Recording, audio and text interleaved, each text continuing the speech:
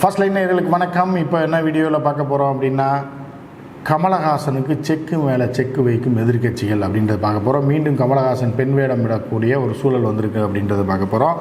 அதுக்கு காரணம் என்ன அப்படின்னா, கமலஹாசன் கோவையில் போட்டி போடப் போகிறார். அவருக்கு எதிராக கௌதமியை களமிறக்க அதிமுக தயாராகி வருகிறது அப்படின்னு நம்ம பார்க்குறோம்.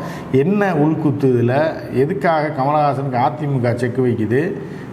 அது போக மீனா வேறு கோயம்புத்தூர் தொகுதியில் போட்டி போட போகிறார். மீனா தான் கட்சியில் எந்த கட்சியிலையுமே இல்லையே, பிஜேபியில் கூட இல்லையே, எப்படி அப்படின்றதெல்லாம் நம்ம பார்க்க போகிறோம். சரியா? இப்போ வந்து என்னென்னா, பாஜக ஒரு பெரிய பின்னடைவை சந்திச்சு என்ன ஆயிடுச்சு அப்படின்னா, அவரை நிறுத்தலாம், நிர்மலா சீதாராமனை நிறுத்தலாம், ராமசாமி குப்புசாமி நிறுத்தலாம், இங்கே முருகனை நிறுத்தலாம் அப்படின்லாம் பிளான் போடும்போது அவர்களுடைய கோடி மீடியா நடத்தின சர்வேலேயே ஒன்றுமே தேராது, சில இடங்களில் டெபாசிட் கூட தேராது அப்படின்னு உடனே என்ன பண்ணிட்டாங்கன்னா, எல்லாம் காக்காயாக பறந்துட்டாங்க. ரைட்டா? ஒரு வெடி போட்டால் காக்கா வந்து கத்திட்டு எங்கெங்கேயோ ஒரு காக்காலாம் பறந்துடும், எதுக்கோ போடுறான் அப்படின்ற மாதிரி. இந்த தீபாவளி டைமில் காக்காவே பார்க்க முடியாதுல்ல, அந்த மாதிரி வரக்கூடிய எம்பி எலெக்ஷனில் பாஜகவை பார்க்க முடியாது, ஆங்காங்கே கத்தி கொண்டு செல்வார்களே தவிர அது இல்லை அப்படின்னு நம்ம பார்க்க போகிறோம். இதில் வந்து என்ன அப்படின்னு பார்த்தீங்கன்னா, கோவை தொகுதியை பொறுத்தளவுக்கு அது வந்து நீண்ட காலமாக நான் அங்கு கிட்டத்தட்ட ஒரு 10 ஆண்டுகளுக்கு மேல் பணியாற்றி இருக்கிறேன். கோவையை பொறுத்தளவுக்கு அது வந்து அதிமுக எப்போவுமே செல்வாக்கு படைத்த ஒரு எம்ஜிஆர் காலத்தில் இருந்த அதிமுக கோட்டை அப்படின்னே சொல்லலாம். அந்த மாதிரி தான் இருக்கும். திமுக அப்பப்போ அப்படியே டஃப் ஃபைட் கொடுத்துட்டு இருந்தால் கூட அதிமுகவுக்கு ஒரு பெரிய பலம் இருந்துச்சு. அதுக்கப்புறம் மெல்ல பாரதிய ஜனதா கட்சி அங்கே வளர்ந்து வந்தது. சில சமூக கொலைகள், அதாவது மத ரீதியான கொலைகள் மாறி மாறி இந்து முஸ்லீம் கொலைகள்லாம் நடந்தது. அதற்கப்புறம் அப்படி வரும்போது இந்த பாம் பிளாஸ்ட்டுக்கு அப்புறம் இன்னும் கொஞ்சம் வேறு பிடிச்சி வளர்ந்துருச்சு பாஜக அப்படின்னு சொல்லலாம். ஸோ அப்படி இருக்கும்போது என்ன ஆகுது அப்படின்னா, கிட்டத்தட்ட இப்போ 100 ஓட்டில் 40 ஓட்டு திமுகவுக்கு விழுதுன்னு வச்சுங்க. அதை பிரிச்சுட்டு மீதி 60 ஓட்டு விழுது இல்லையா, அதை 100 ஆக்குனா அதில் 60% அதிமுகவும் 40% பிஜேபியும் வாங்கும். இதுதான் அங்கே உள்ள செல்வாக்கு ஒரு கணக்கு. ஸோ இந்த நிலையில் வந்து என்னென்னா, கடந்த முறை கமலஹாசன் ஒரு சர்வே பண்ணி என்ன பண்ணார்னா, நமக்கு அந்த ஊரில் நல்ல ஆதரவு இருக்குது அப்படின்னு சொல்லிட்டு அங்கே போய் போட்டி போட்டார். ஜஸ்ட் மிஸ்ஸில் வானதி சீனிவாசன்ட்ட தோற்று போயிட்டார். வானதி சீனிவாசனை பற்றி இந்த கோயம்புத்தூர் தான்னா பலருக்கு தெரியாது. ஆனால் கமலஹாசன் ஒரு நேஷ்னல் ஃபிகர் அப்படின்னு நம்ம பார்க்கலாம். இப்போ பாம்பேயில் போனாலும் சரி, கொல்கட்டாவில் கமல் போனால் கூட அவர் எல்லாருக்குமே தெரியும் அப்படின்னு நம்ம பார்க்குறோம். எல்லாருக்குமே அது தெரிஞ்சது தான். ஸோ இந்த நிலையில் அவரையே தோக்கடித்தார் வானதி. ஜஸ்ட் மிஸ்ஸில் தோற்று போயிட்டார் இல்லையா. இப்போ வந்து அவர் என்ன பண்ணிட்டார்னா, இது தனியாக நின்று நம்ம வேலைக்காக சொல்லி டெல்லியில் போய் லாபி பண்ணி ராகுல் காந்தியை சந்தித்து, இந்த டைம் எனக்கு உங்கள் கூட்டணியில் சீட்டு கொடுங்க அப்படின்னு பேசி திமுகவிட்ட ஒரு அஸ்கா போட்டு எப்படியாவது கோயம்புத்தூர் எனக்கு கொடுத்துருங்க, நான் எம்பி ஆகவே ஆகணும், இல்லைனா பெரிய அவமானம்னு சொல்லி ஒரு பிளான் பண்ணி அதற்கான வேலைகளை அவர் வந்து அண்டர் கிரவுண்டில் பார்த்துட்ருக்காரு. இப்படி இருக்கும்போது என்ன பண்ணாங்கன்னா, அங்கே நிர்மலா சீதாராமனை நிறுத்தலான்னு ஒரு பிளான் போட்டாங்க. என்ன தான் நடக்குதுன்னு பார்ப்போம். அதிமுக கூட்டணி முடிவுக்கு முன்னால் பிளான் பண்ணி நிர்மலா சீதாராமன்லாம் அந்த 2 டைம் வந்து ஏதோ காலேஜ் ஃபங்க்ஷன் அதெல்லாம் ஏதோ ஒரு ஆற்றிட்டு போனாங்க இல்லையா, வீடு கூட்டுறது ரோடு கூட்டுறதெல்லாம் சும்மா இப்போ அவங்களாம் குப்பையை போட்டு கூட்டிகிட்டு இருந்த நிலையில் அண்ணாமலை அதுக்கு வெடி வச்சு ஆட்டையை கிளச்சி விட்டாப்புல கூட்டணி முறிஞ்சு போனோடனே நிர்மலா சீதாராமனை பேக் அடிக்க வச்சிட்டாங்க. அப்புறம் நிர்மலா சீதாராமன் தென் சென்னையில் நிறுத்தலான்னு ஒரு பிளான் பண்ணாங்க. இப்போ அதுவும் போகா போச்சுன்னு வச்சுங்க, அதை விட்டுருங்க, அது அடுத்த டாபிக். இப்போ என்னென்னா, கமலஹாசனை எதிர்த்து யாரை நிறுத்துவது அப்படின்னு பார்த்தா, பிஜேபி அங்கே ஜெயிக்காது. பிஜேபியும் அதிமுகவும் சேர்ந்தால் மட்டுமே கோயம்புத்தூர் சீட்டை ஜெயிக்க முடியும். இல்லைன்னா அவர்களுக்கு என்ன செல்வாக்கு இருந்தாலும் ஜெயிக்க முடியாது.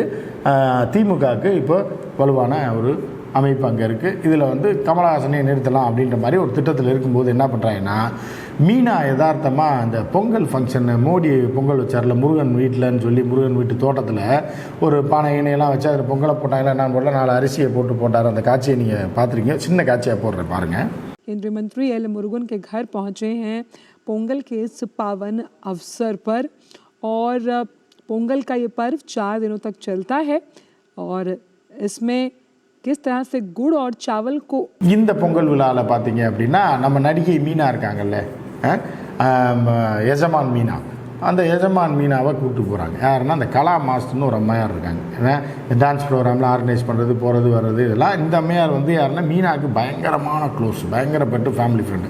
ஸோ என்ன பண்ணுறாங்கன்னா, நைஸாக மீனாவே அங்கே கூப்பிட்டு போகிறாங்க. கூப்பிட்டு போனோன்னே அங்கே ஒரு லாபி பண்ணி அப்படியே ஜியை பார்க்க வச்சு அதெல்லாம் இது பண்ணும்போது மீனாவும் வந்து அந்த பொங்கல் ஃபங்க்ஷனில் ஜி பேசுகிறத ரசித்து சிரித்து கேட்டாப்புல அந்த காட்சியை நம்ம ஏற்கனவே போட்டிருக்கோம் நம்ம டிவியில்.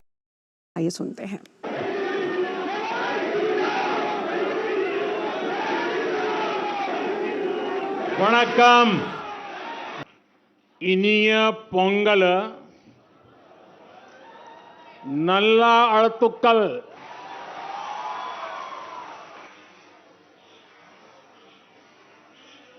இப்படி கேட்ட உடனே அப்புறம் வரும்போது லைஸாக மீனாவோட மண்டையை கழுவி அப்படியே பேசி வச்சுட்டாங்க. அரசியல் இறங்குனேன்னா நீ அங்கே பண்ணலாம் இதை பண்ணலாம், உனக்கு பெருசாக இது பண்ணுவாங்க அது பண்ணுவாங்க அப்படின்ற மாதிரியான பேச்சுகள் நடந்ததாக தகவல். ரைட்டா? இது இப்படி போயிட்டு இருக்கும்போது என்ன ஆகுது அப்படின்னா, ஆனால் மீனா வந்து கோயம்புத்தூர் சீட்டு கொடுக்குற மாதிரி அந்த மாதிரிலாம் இல்லை, கட்சியில் கொண்டு வந்து என்கிட்ட நிறுத்தலான்னு பார்க்குறாங்க. மீனா அதுக்கு பிடி கொடுக்குற மாதிரி பேசியிருக்காப்புல விட்டாங்க. இதுக்கடையில் என்னென்னா, அந்த கௌதமின்னு ஒரு ஆக்டர்ஸ் இருக்காங்களே, ராமராஜனோடலாம் நடிச்சிருந்தாங்க கடைசி காலத்தில், சாணி அல்ற வேஷத்தில் நடித்து பாட்டெலாம் பாடிட்டு இருக்குல்ல, அந்த அம்மையார் திடீர்னு பார்த்தா தன்னுடைய கணவரை விட்டு நேராக வந்து கமலஹாசன் அடைக்கலமாகி கொஞ்ச நாள் வாழ்ந்தாங்கன்றது எல்லாருக்குமே தெரியும். அதுக்கப்புறம் கமலஹாசனை விட்டு பிரிஞ்சதுக்கப்புறம் அவருக்கு எந்த பேக் ட்ராப்பு இல்லாமல் என்ன ஆயிடுச்சுன்னா, போகிற வர வேலை ஏமாற்ற ஆரம்பிச்சிட்டான். அவர் எந்த வழியில் சம்பாதிச்சாரோ அந்த வழியில் அந்த சொத்தும் போயிடுச்சு, ஏமாற்றி நிறையா சொத்தை பிடிங்கிட்டாங்க, காசை பிடிங்கிட்டாங்கன்னு பார்க்குறோம். மோடிஜியே அழைச்சி பார்த்தார், யாரை? கௌதமியை சந்தித்தார். உலகத்தில் வேறு யாரையும் சந்திக்கிற, மழை வெள்ளத்துக்கு வரலை, ஏன்னா எந்த நாட்டில் நடக்கக்கூடிய எந்த பிரச்சனையும் விவசாய போராட்டத்துக்கு கூட போகாதவர். இந்த மாதிரி நடிகைகள்லாம் அவர் சந்திக்கிறது வழக்கம், உங்களுக்கு எல்லாத்துக்கும் தெரியும். அந்த வகையில் ஒரு 2-3 வருஷத்துக்கு முன்னாடி இந்த அம்மையார் உடனே போய் பார்த்தாங்க. கமலஹாசன் பேஸ் தான், இந்த அம்மா யார்? ராமராஜன் கூட நடித்தா அது கூட நடித்த ஒரு ஆளை கூப்பிட்டு எப்படி பார்ப்பாங்க? கமலஹாசன் கூட வாழ்ந்தவன்றனால கூப்பிட்டு பார்க்குறாங்க. இப்போ கமலஹாசனுக்கு ஒரு மிரட்டல் விடுற மாதிரி. ரைட்டா? அப்படி இருக்கும்போது என்ன ஆகுதுன்னா, இந்த அம்மா மோடியை பார்த்துட்டோம் அப்படின்னு சொல்லி கீழே உள்ள தலைவர்கள் யாரையும் மதிக்கலை. இங்கே பாரதிய ஜனதா கட்சியில் ஐக்கியமாயிடுச்சு. அண்ணாமலையோ இல்லை, நான் எனக்கு மோடியே தெரியும் அப்படின்ற ரேஞ்சில் போனோன்னே லோக்கல் அரசு என்ன பண்ணுவான், ஆப்படிச்சு விட்டாங்க.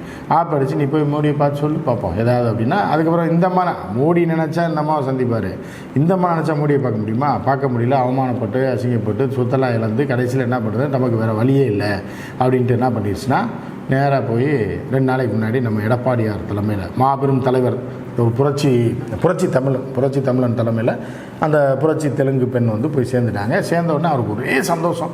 ஏன்னா நம்மகிட்ட வந்து அறத்த பல சாண ஆட்களை வந்து இங்கேருந்து ஒரு 60 வயசு 70 வயசில் பால் வாங்க போனவங்கலாம் கொண்டு போய் முன்னாள் எம்எல்ஏ எம்பின்னு சொல்லி சேர்த்துட்டு, அதிமுகவில் 15 முன்னாள் எம்பி எம்எல்ஏக்கள் விலகினர், எங்கள் கட்சியில் இணைந்தவர்னா பில்டப் கொடுத்தாங்கல்ல, நம்ம லேட்டஸ்ட்டாக 30 வருஷத்துக்கு முன்னாடி நடிகையாக இருந்த ஒருத்தரை தூக்கிட்டோம் அப்படின்னு அவருக்கு ஒரே சந்தோஷம். உடனே அவருக்கு ஒரு ஸ்பார்க் வந்துருச்சு. என்ன ஸ்பார்க் வந்துருச்சு அப்படின்னா, கமலஹாசன் தானே கோயம்புத்தூரில் போட்டி போகிறார், நம்ம தரத்தையும் பிடிச்ச எதுவும் ஜெயிக்கவே மாட்டோம், அங்கே கோயம்புத்தூரில் ஜெயிக்கிறதுக்கு வாய்ப்பே இல்லைன்னா பிஜேபிக்காரன் உடஞ்சி போயிட்டா நம்ம தனியாக நின்னோம்னா போங்காயிடுவோம், ஒன்றத்துக்கு ஆகாதுன்னு தெரிஞ்சு போய் என்ன பண்ணேன்னா, கௌதமியை கமலஹாசனை வெறுப்பேற்றிருக்க கௌதமியை கொண்டு வந்து அதிமுக வேட்பாளராக நிறுத்தலாம் அப்படின்னு சொல்லி அவர் மனசுக்குள்ளே ஒரு பிளான் போட்டு வச்சுருக்காரு.